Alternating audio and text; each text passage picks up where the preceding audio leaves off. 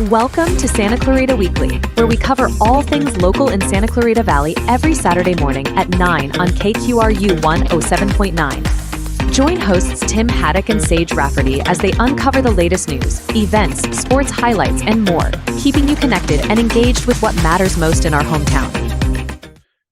Welcome back to another edition of Santa Clarita Weekly with Tim Haddock and Sage Rafferty. I'm Sage, he's Tim. You can listen to us on the radio at KQRU 107.9 FM on Saturday mornings at 9 o'clock. And we are also in YouTube and Instagram, and you can find us online at santaclaritastar.com. Up next on the show, we'll be joined by Chris Trunkey, a member of the Saugus Union School District Governing Board, to discuss how schools are addressing the district's effort to create a more inclusive environment for students. We will also talk about the topic of book censorship. Also coming up, we'll have a report on the LA County Board of Supervisors' decision to extend rent increase caps in unincorporated areas, including those in Santa Clarita Valley. In sports news, the Dodgers took 2 out of 3 games against the Yankees in a series many are calling a World Series preview, and the Rams are preparing to move training camp from Cal Lutheran to Loyola Marymount University, with Coach McVay saying goodbye to Thousand Oaks for now. We'll also hear from Jonah Jackson, a key free agent addition for the Rams offensive line. So I sat down with Chris Trunkey, who is a member of the Saugus Union School District Governing Board, for an interview about different things going on within the district, including making a more inclusive environment for students. And we also talked about book censorship. So let's listen to that interview.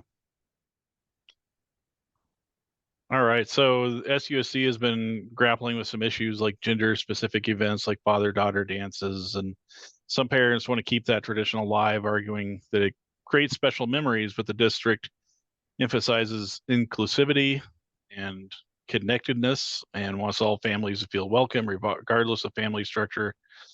So I brought on, we're bringing on Chris Trunkey, who is a member of the Saugus Union School District Governing Board.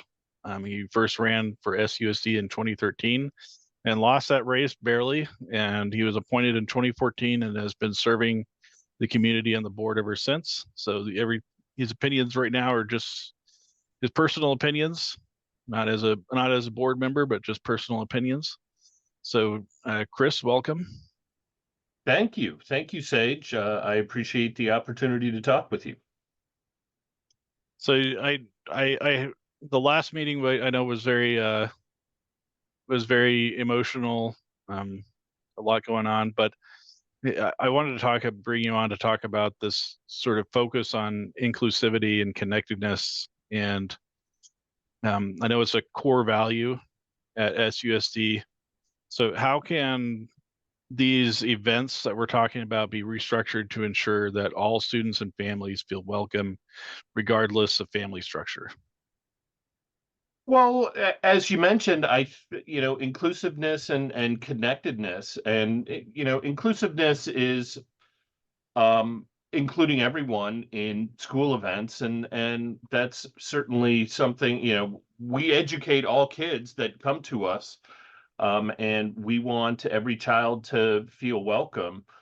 Connectedness is really how they feel about their school experience. We want students to feel connected to the school. We want them to see their culture represented in the school, in the books that we have in the library, in the events that we have. When they feel connected, they are better learners and are better students and want to be at school. And so when this particular issue came up, I was quite surprised. In my many years on the school board, I don't think we've ever had a situation where a small vocal group of of parents were asking us to allow them to continue events that I don't think represent what we want to see in the school district, that are events that are inclusive and where all kids feel welcome.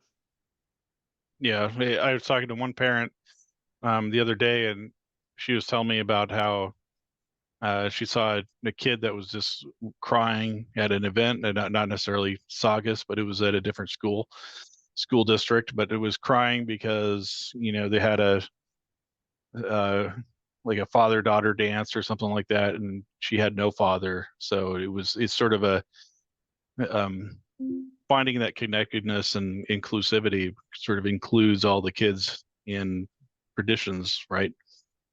Yeah. As you mentioned, a father-daughter, there are other types of events. There's obviously the father-daughter, there's mother-son, there's donuts with dads, muffins with moms, all sorts of events that have occurred at some school sites. And just by their title, it's potentially excluding kids that maybe don't fit that family dynamic. Maybe it's a boy that likes to go to a dance, and a mother-son event is not a dance, it's some sort of other activity. Maybe they want to go to a dance, but if it's called a father-son, or excuse me, a father-daughter, he doesn't feel like he thinks he belongs. There are certainly families that either don't have a father, don't have a mom, have two dads, two moms. Maybe the student wants to bring a favorite grandparent or an aunt or an uncle that's special in their lives. At the end of the day, we want all students to be able to go to any events that they want, and they should be able to bring the important person in their life that they choose. That's certainly my perspective on the whole matter, and I think PTAs over the course of many years have realized this same thing, and a lot of them have adjusted the types of events that they have, or certainly what they call them, to be more inclusive. Yeah, so I want to talk to you about the sort of the district versus PTA authority. Like, what is should PTAs still have a autonomy over these events, or how does that work with the board and the PTAs?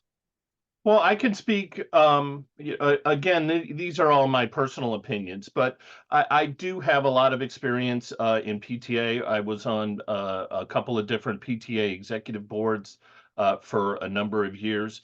PTAs are their own legal entities. They're nonprofit organizations that legally exist. They are partners, as it were, with the school district and the school sites that they operate with. I mean, obviously, each PTA has a school that it's formed in connection with.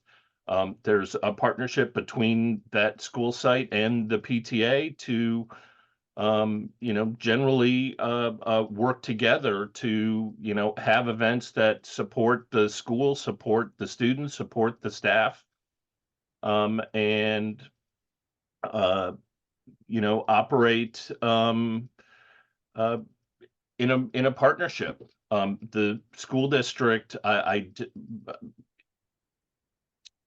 don't think has I don't think they have different agendas, or shouldn't really have different agendas. They should work together.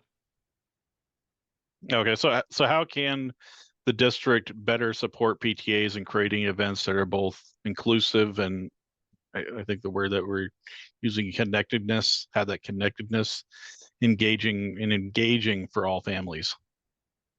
Typically, the PTA meets with the school site administrator throughout the year when it's planning events. Typically they put together a calendar at the beginning of the year. They don't necessarily always stick exactly to the calendar that they develop. But there's usually a robust discussion about the types of events and when they're going to have them. And um, I don't think the school district has the idea that it is approving or disapproving of events, but it certainly wants the PTA to respect the culture that the school district is trying to have, and that reflect its values with the inclusion and connectedness. Yeah. So have there been any successful examples of maybe gender neutral events in the Saugus district that could serve as models for other schools? Yeah, we have 15 school sites, and I think most of them have I think all of them, with just a couple of recent exceptions that we saw at the meeting, that are the types of events that we want to see. All right. So I guess the last question I have is sort of related to this, but there are certain organizations that kind of want to ban books, or they want to restrict the access to certain literature for children that are written for children in most cases, but they might find them inappropriate, or one parent finds it inappropriate. So is there and this goes beyond just LGBTQ plus topics. It includes books about historical events like the civil rights movement. So how do you think book bans affect students' access to a well-rounded education? Well, look, we're an elementary school district. It's, we don't have junior highs and high schools where I think this is more of an issue than it is at the elementary school level. We work, I think, pretty hard through committees that include teachers and parents to curate books for our libraries. And I don't think that has been an issue for anyone, certainly not that I have seen. There was a recent issue that surrounded a book fair. Obviously, the book fairs are run by the PTAs, and typically it's the publisher, the distributor of the books that runs the book fair and curates those books. And I think they do a really good job of curating the age appropriate books that are in a lot of cases award winning books, and that shouldn't be an issue at all.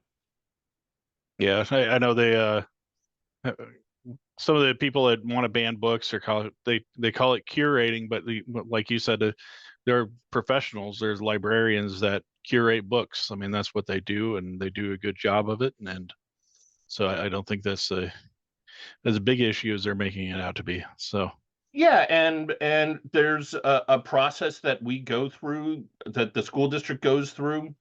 If there is a question or a concern about a particular book, and that's the way that those situations should be handled.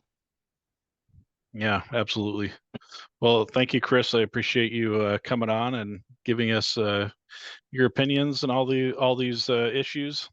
My And pleasure. You've done a bunch of stuff about baseball recently. I was hoping to talk a little bit of baseball too, but we oh can leave yeah, that for another discussion. yeah, we'll bring you back for baseball.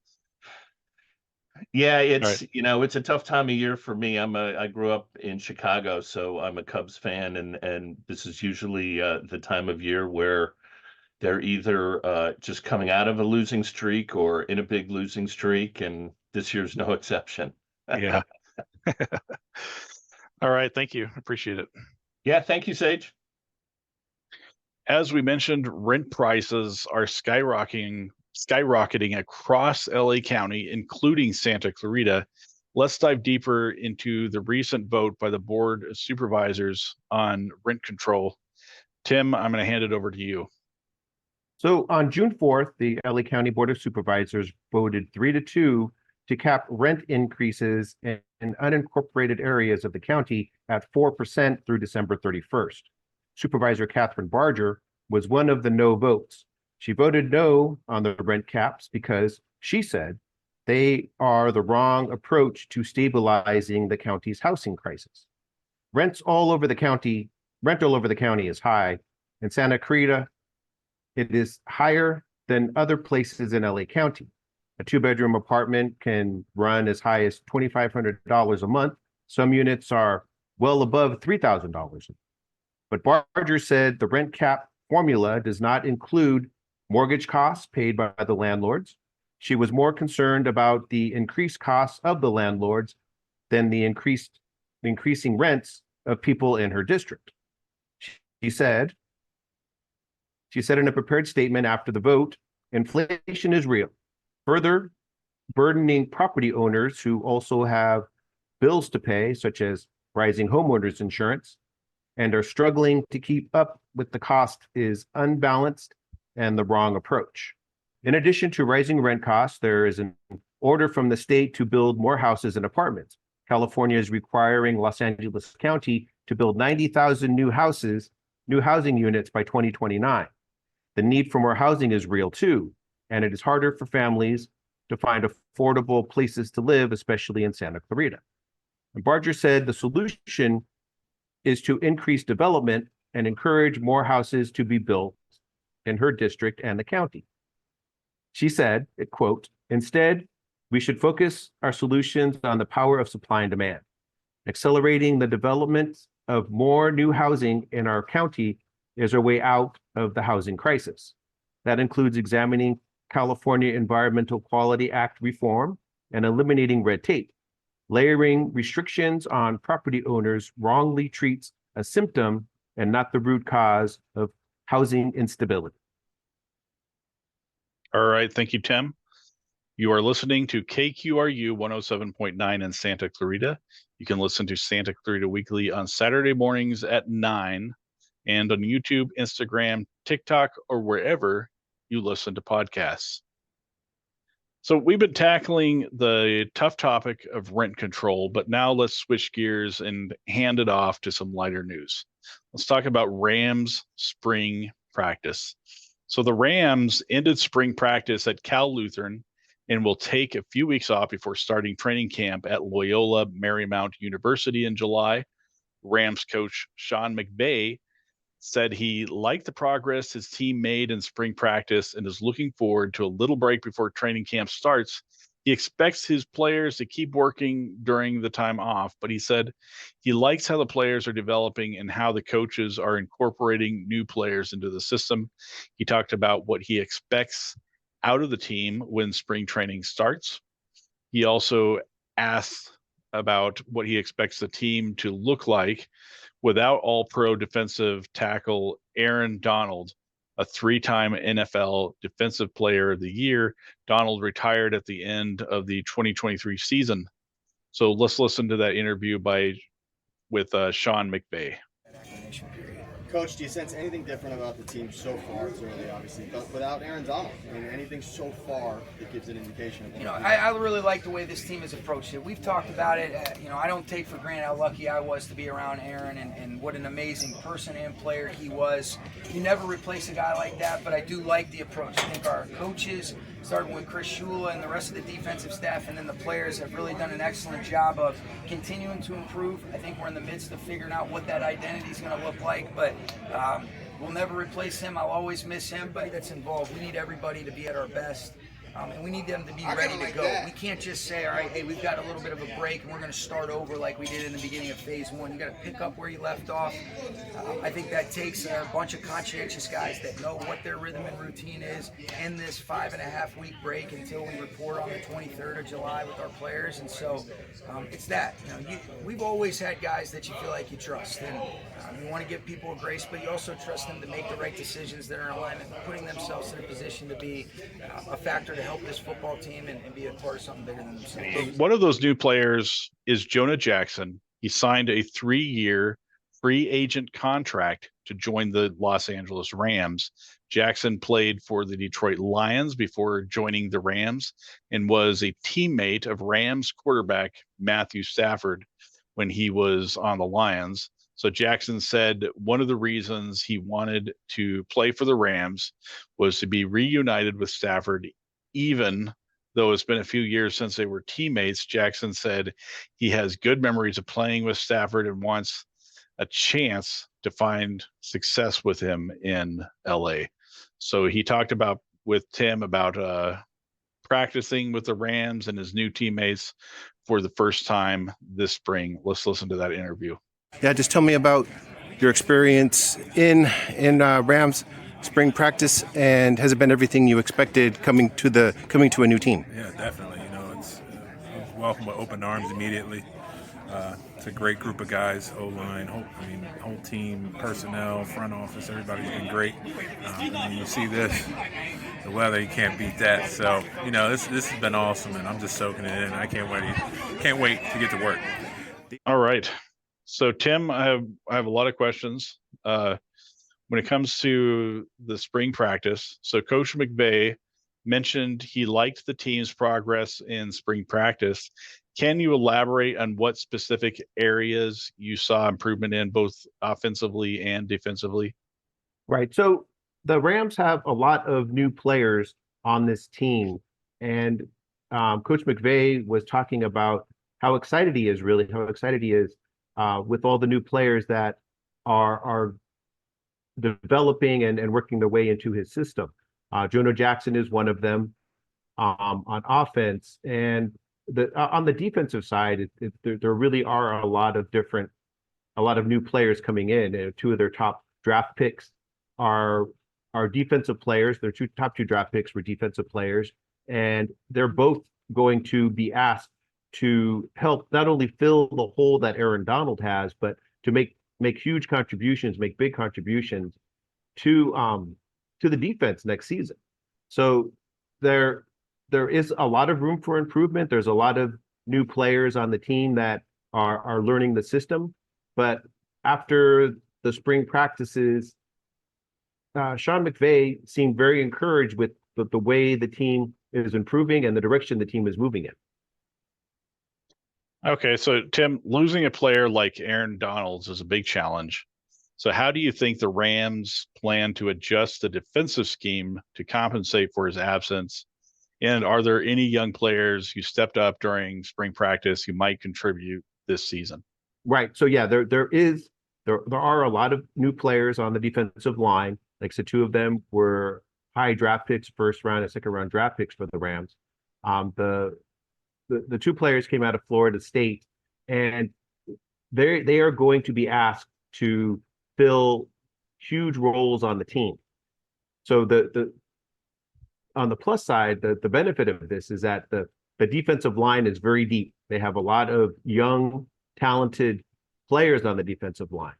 The challenge is going to be getting those young players up to speed and at the end of playing at an NFL level before the season starts. So that's the real challenge. I mean, they're young and they're talented, but they're also very inexperienced. So that's the challenge that the coaches have right now, is to get the most out of that talent and to get them ready as much as they can for when the season starts. All right, so we've been talking touchdowns. Now let's hit a home run with some exciting news and conversation about the Los Angeles Dodgers. So the Dodgers and the New York Yankees played a 3-game series, and the Dodgers won the first 2 games. It was a series that featured all-stars and MVPs on both teams, but Dodger outfielder Teoscar Hernandez outshined them all. He hit 3 home runs in the series, drove in 9 runs, went 6 for 12 in the 3 games, and was selected the National League Player of the Week. He drove in the winning runs of the 11th inning in the first game. Hernandez broke a scoreless tie in extra innings with a 2-run double. The Yankees rallied at the bottom of the 11th inning, but the Dodgers held on to win 2-1. Dodgers starter Yoshinobu Yamamoto pitched 7 shutout innings in the first game. He gave up only 2 hits, struck out 7, and deserved better than a no decision. But Hernandez hit 2 home runs, won a grand slam, and drove in 6 runs in the second game. The Dodgers won that game in a blowout 11-3. The Dodgers lost the 3rd game of the series 6-4. Hernandez had another good game, though. He hit a solo home run in the 6th inning. After the series against the Yankees, Hernandez was 2nd in the National League in home runs, with 16 and 3rd in the National League in RBIs with 48. So Hart-High graduate and Dodgers pitcher Tyler Glasnow started the 3rd game against the Yankees. It was not his best outing of the year, but he gave up 5 runs on 8 hits in 6 innings. But he did strike out 12 Yankees and was leading the National League in strikeouts with 116 after the series. The Dodgers are 41-26 after 67 games and have an 8-game lead over the San Diego Padres in the National League West standings. The Dodgers are back at Dodger Stadium for a 6-game homestand, starting with the Texas Rangers. They finished with a weekend series against the Kansas City Royals. So, Tim, Teoscar Hernandez was the clear MVP of the series. What was it about his approach at the plate that led to his success, and can he maintain this level of production moving forward? Right. So I don't want to say that the Yankees overlooked Teoscar Hernandez, because the Dodgers have three players at the top of their lineup who all have won MVPs. It's Mookie Betts and Shohei Ohtani and Freddie Freeman. They all have MVP type talent, and Will Smith is considered the best hitting catcher in baseball. So he's batting 4th. And by the time they get to Teoscar Hernandez, who's usually 5th or 6th in the lineup, they've had the opposing pitchers have had to go through some of the best hitters in baseball. So like I said, I don't want to say that they overlooked Teoscar Hernandez, but I think Hernandez took advantage of being like a little hidden gem in that lineup. Now, can he keep this up for the entire season? I don't see why he can't.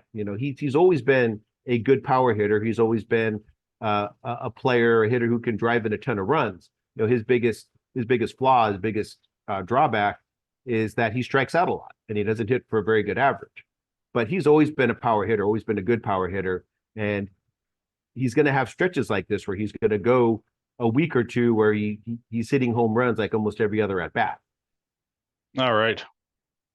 So that's our show. Tune in next week for more discussions about the news from Santa Clarita. You can listen to us on the radio at KQRU 107.9 FM at 9 on Saturday mornings. You can also watch us on YouTube, TikTok, and Instagram, and listen to us on SantaClaritaStar.com or wherever you listen to podcasts. Leave us a comment and be sure to subscribe to Santa Clarita Weekly Online. Thanks for listening. Have a great week. Thank you for listening to Santa Clarita Weekly. You can watch the show on Santa Clarita Star's YouTube channel and Facebook page, as well as listen in on the radio at KQRU 107.9. Visit SantaClaritaStar.com for more content and tune in right here to KQRU 107.9. A new voice for Santa Clarita.